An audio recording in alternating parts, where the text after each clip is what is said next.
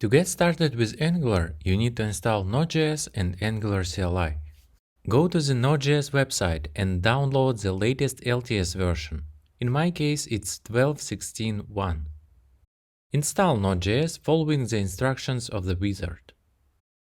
Next, go to Angular CLI. CLI allows you to reduce the time of creating application elements, and also it will help to create an initial project. Open a terminal and run the global installation of Angular CLI with the npm install g add angular CLI command. Check that everything is OK by running ngv command after the installation has been completed. Yes, we see that Angular CLI 9.1 and Node.js 12.16.1 are installed. Other packages also have the correct version. And now let's create a new application. Run ng-new course app, where course app is the name of the new application.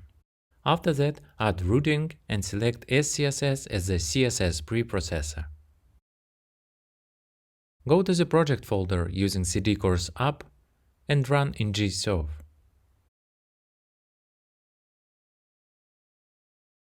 After the project has been successfully compiled, go to the localhost 4200 address and see the launched default application.